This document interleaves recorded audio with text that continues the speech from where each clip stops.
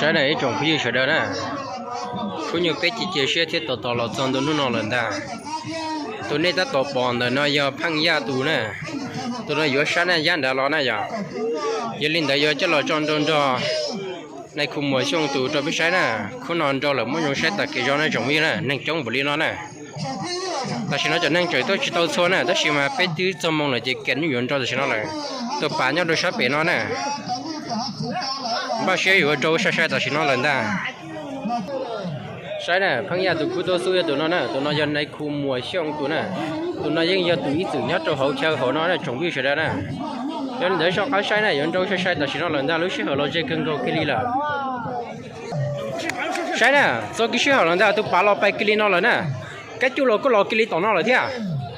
Sai sẽ ổn rồi chả biết sai nè, cũng ổn rồi là muốn dùng sai nè. Chả cũng có cơn có cái lý thế nè. Đó là nè, tụi bạn nó nhẹ lo lên nè. Đó là lên nè.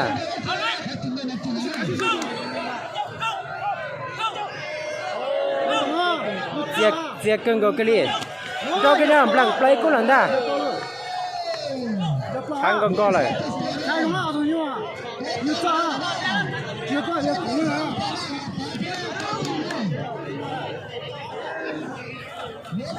Plan là châu kia liền kia thế nào?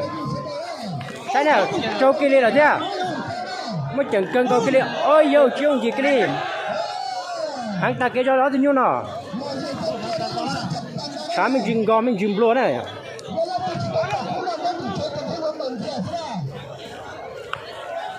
Ta chỉ nói cách chú luôn mày lại ta.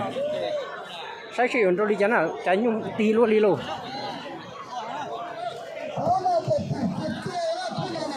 Sắp lại cái liền rồi chỉ một chỉ lo đi. Rồi cú thế nào?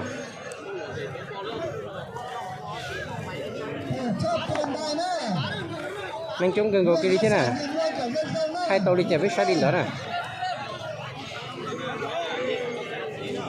Nhưng điện đi nè, ta sử dụng trưởng một trâu với sai nè.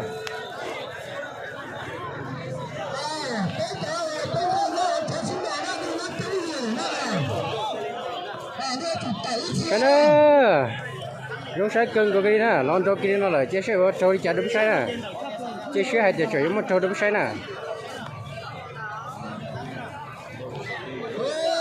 anh sắp lời cái linh nè, như e theo như e là lon cho cái nó giống trâu thế nè,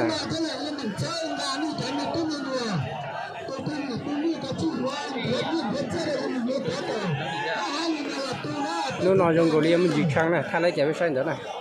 Dùng nữa, dùng xe đó tụt cú rồi, có cũng như non có biết sai, đâu là chạy cưng đâu. Ship công đơn trong thế này có nào nè? Có tịch của quý tịch coi thế nè. Thấy được nhau à? Cái chú nhỏ kia đi nó lần ra. Cái chú chỉ mua ô luôn rồi cái nào? Ôi yo, bà sửa cái này thế à? Mua nâng to cái này là thế nào?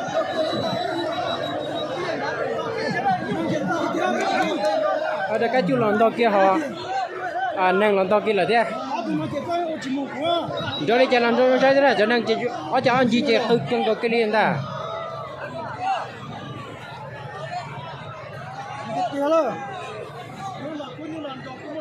Thằng tiết tiết kia liền của nó.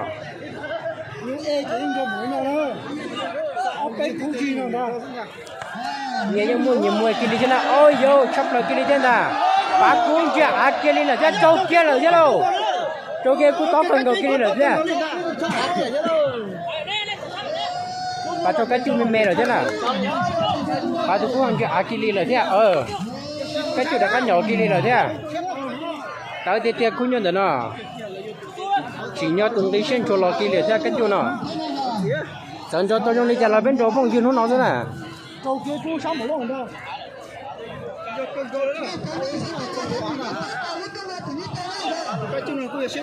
Châu kia là thế nào?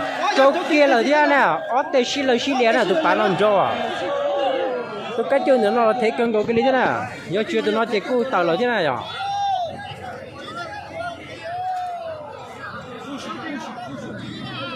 Là nó dành cho bà chơi thế nào? Tụi cái chuyện nhục lo chết thế chứ?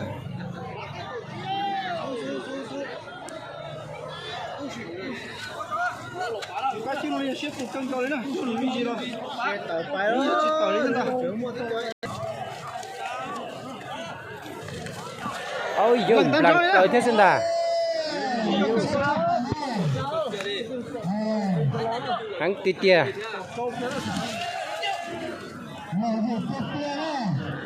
sắm luôn cân cầu cái lý thế nào nó nè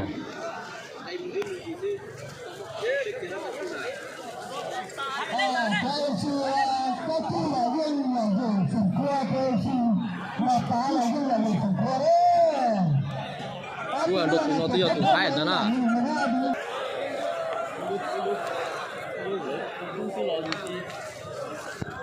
thế nào chỉ giống một trồng gì nè chỉ giống một trồng gì thế nào chẳng chúa khỏi giống sai tại cái đó nè ta chỉ trái nhầm luôn cho là sư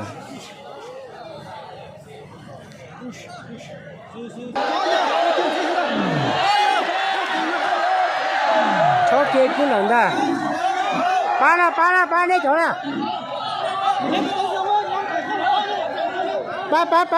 ba lại rồi ô tô à cái chân to kia nó lợi chứ giờ nó cứ chỉ có cả xuống nó cứ giờ tôi lo chết cân cái liền này giờ tí giờ trong một trận cân cái đi lúc xe đó ở từ chủ nhau mua khu nhau xuống cho bé sai này giờ trong cái đi thầu giờ cũng có chẳng là cho thay một lấy ly trà tới khi mình trong cân cái ly trong xe đó thì chủ nhau đó được trong mà sai đó nè bây giờ này gì cái tiếng anh cha chỉ trong cân cái liền đây chuẩn bị rồi đây mà chọn gì đi nó đây này à